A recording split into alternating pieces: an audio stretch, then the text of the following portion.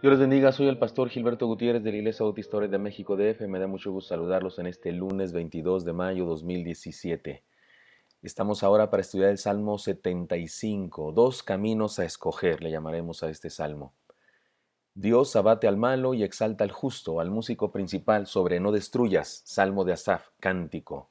La frase no destruyas parece que era un tipo de canto, que se usaba este título para ese tipo de canto en aquella época.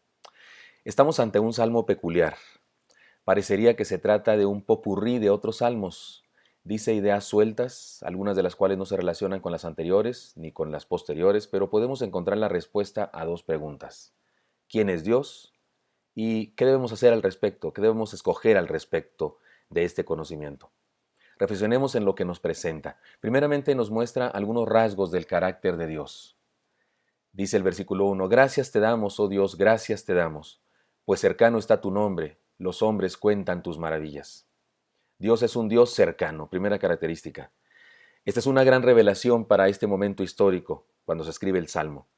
La gente de aquella época creía que Dios era tan santo, tan santo, tan santo, que estaba lejano al ser humano. Y ciertamente es santo, santo, santo, pero Él está cerca de los hijos, de sus hijos. Es más, está cerca de los ateos. Está cerca de los que son salvos y de los que no son salvos, de los que creen en Él y de los que no creen en Él, porque es un Dios cercano. El apóstol Pablo en el Nuevo Testamento, en el libro de los Hechos, se nos narra que dijo en el Areópago griego, en Atenas, dijo a los que estaban ahí, eran griegos, filósofos, personas que creían en un montón de dioses. Había alrededor del Areópago griego unos 365 dioses, altares a diferentes dioses, y había uno vacío que decía al Dios no conocido, por si acaso habría otro Dios, pues incluirlo ahí para que no se sintiera o algo así. Y el apóstol Pablo les habla un mensaje maravilloso, hablándonos de Cristo, y les dice, entre otras cosas, estas palabras: ciertamente Dios no está lejos de vosotros. Eso está en Hechos 17:27. Dios interviene en su creación, Dios es un Dios cercano. ¿Qué hacemos al respecto? Le buscamos. Es un Dios cercano, podemos encontrarnos con Él, le buscamos, gozamos nuestra relación con Él, contamos sus maravillas a otros. Pero sigue diciendo el Salmo, al tiempo te señalaré, yo juzgaré rectamente. Este es palabra de Dios. Es como si el salmista dijera, Dios dijo así, al tiempo que señalare, pronuncié mal hace rato, al tiempo que señalare, yo juzgaré rectamente. Es un juez oportuno, Dios es un juez oportuno. En ocasiones nos gustaría que hiciera justicia en forma inmediata, o por lo menos cuando nosotros queremos que lo haga. Pero Él es sabio e interviene cuando es oportuno. A muchos nos gustaría que aplastara a todos los malos ahora mismo, ipso facto, decimos. Pero Él sabe cuándo intervenir y cuándo hacer justicia. ¿Qué hacemos al respecto? Confiemos en su juicio. Él es juez justo, Él es perfecto, Él sabe lo que hace. 2, seamos pacientes. Y 3, vivamos sin pretender ser jueces nosotros. Él es juez, no nosotros. Sigue diciendo el Salmo, versículo 3, se arruinaba la tierra y sus moradores, yo sostengo sus columnas. Él es sustentador. La Nueva Versión Internacional nos hace el favor de traducir esta palabra, estos conceptos hebreos, este lenguaje poético hebreo a nuestra cultura y lo traduce así, que me parece que es más claro. Cuando se estremece la tierra con todos sus habitantes, soy yo quien afirma sus columnas. Es decir, que nada sucede que no esté bajo el control de Dios, incluso los fenómenos naturales. Y no es que Él los promueva, no es que Él los cause. En ocasiones algunas cosas son causadas por nosotros, los seres humanos, por el deterioro que estamos haciendo del planeta Tierra. Pero Dios tiene control de eso, Dios sabe que eso sucede y tiene control de eso.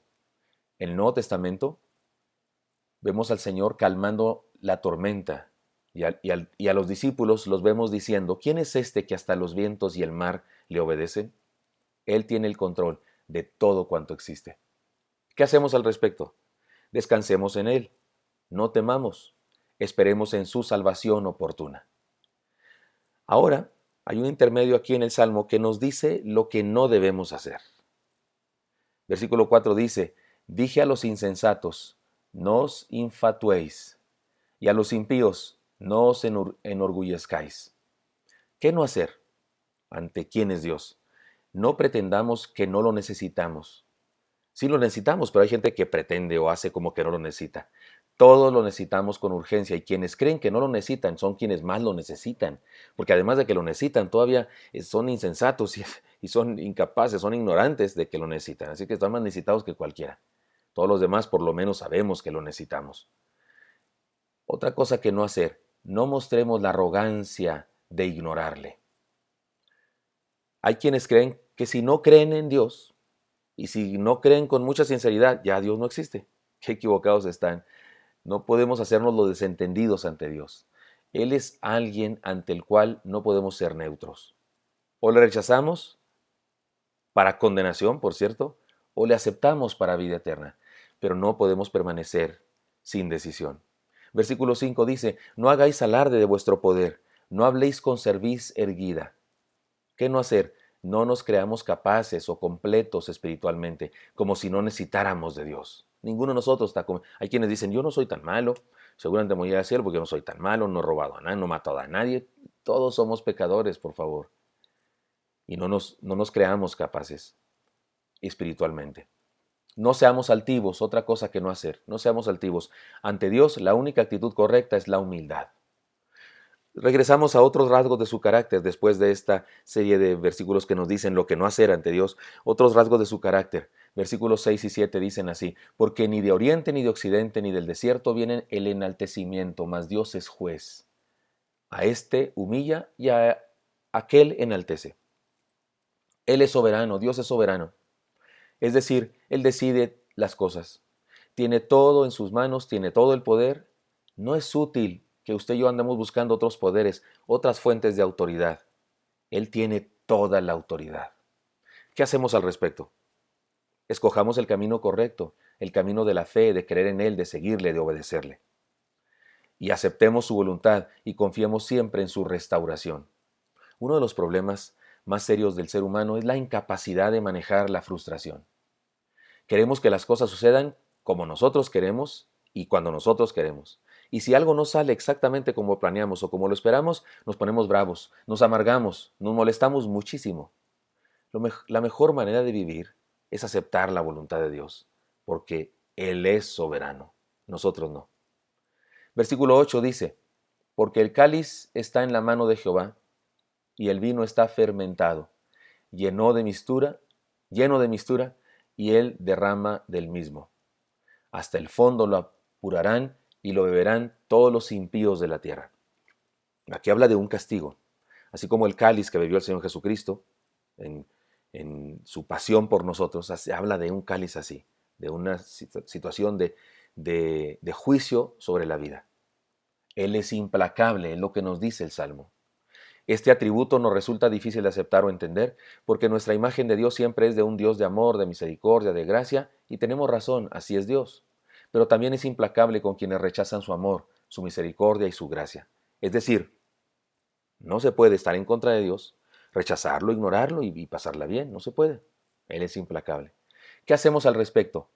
Escojamos el camino correcto, el camino de la fe, de creer en Él, de seguirle, de obedecerle. Sí, ya sé, ya había dicho eso, pero esto va aquí una vez más. Busquemos su perdón y su restauración a tiempo. No esperemos experimentar irreversiblemente las consecuencias del mal. Confesémoslo a tiempo y librémonos del mal por la gracia de Dios. Y finales versículos dicen así. Pero yo siempre anunciaré y cantaré alabanzas al Dios de Jacob. Quebrantaré todo el poderío de los pecadores, dice Jehová, pero el poder del justo será exaltado. ¿Qué nos dice esto del carácter de Dios? Que es un Dios de gracia, que bendice gratuitamente, que aunque no merezcamos, nos bendice. Es un Dios que transforma como lo hizo con Jacob. Se le llama aquí en este versículo el Dios de Jacob. Y eso es significativo porque Jacob era un tramposo de primera, engañó a su padre, engañó a su hermano, engañó a su tío. Y un día decidió que quería cambiar y dejó a Dios que lo transformara. Así es que Dios es un Dios que transforma como lo hizo con Jacob. Es un Dios que nos da nuevas oportunidades. Él es juicio para los que le rechazan y esperanza para los justos, es decir, para los que creemos en Él y le seguimos. ¿Qué hacemos al respecto? Escojamos el camino correcto, el camino de la fe, de creer en Él, de seguirle, de obedecerle. Sí, ya lo había dicho eso antes, pero lo digo una tercera vez. Esperemos en su restauración y tengamos esperanza de victoria. Les comparto algo. Dios es bueno y bendice la iglesia de la que soy pastor, la iglesia Bautista Oreb, llevando muchas personas de visita a cada culto. Tenemos una gran afluencia de personas que nos visitan. Algunos escuchan la palabra y se convierten, otros solo la escuchan y no hacen nada al respecto. También hay personas que vienen, de otras congregaciones buscando restauración o buscando sana doctrina. Y de la misma manera se dividen en dos estas personas que vienen así. Los que escuchan y actúan en consecuencia de lo que escuchan y los que solo escuchan y siguen igual que siempre. Hace unos meses, una familia completa llegó a saludarme después del culto y esto fue lo que me dijeron. Asistimos durante varios años a otra iglesia, pero salimos de ahí porque tuvimos algunos problemas. Pero cometimos el error de dejar de congregarnos. Alguien nos mandó los devocionales, estos como el que está recibiendo usted ahora. Alguien nos mandó los devocionales por WhatsApp y nos gustaron, pero mi esposa y yo dijimos, ¿podemos seguir oyéndolos solamente o podemos buscar más de la palabra para crecer? Y decidimos buscar más y nos conectamos a los cultos por internet. Primero lo hicimos nosotros como esposos y después se integraron nuestros hijos. Nuestro hijo menor nos dijo, podemos seguir viendo los cultos por internet o podemos buscar la dirección del templo y asistir. Y después de pensar en eso, todos decidimos asistir. Tenemos asistiendo más de 2 meses y nos queda claro que Dios quiere que nos congreguemos y que regresemos a ser cristianos activos en la iglesia. Así que pensamos, ¿podemos solo asistir de vez en cuando o podemos comenzar a ser cristianos activos integrándonos a la iglesia? Y hemos decidido ser cristianos activos, así que, me dijeron con mucha emoción, permítanos ser parte de esta comunidad. Por supuesto que les dimos la bienvenida. Siempre es un gran gozo para mí ver personas restauradas y cuando son en familia completa, mi gozo es mucho mayor. Pero esta experiencia me recuerda lo siguiente. Dios es bueno, es un Dios cercano, es justo, es soberano, es implacable, es un Dios de gracia, es un Dios que transforma. Podemos solo saberlo o podemos actuar en consecuencia con esto que sabemos de Él. Acercándonos, confiando en Él, dependiendo de Él, compartiendo de Él con otros. Ante Dios, ante su revelación, siempre hay 2 caminos. ¿Cuál va a escoger usted? Espero que esto que le acabo de decir sea útil para usted y me encantaría mucho encontrármelo el día de mañana otra vez. Hasta mañana. Espero verlo. Dios le bendiga.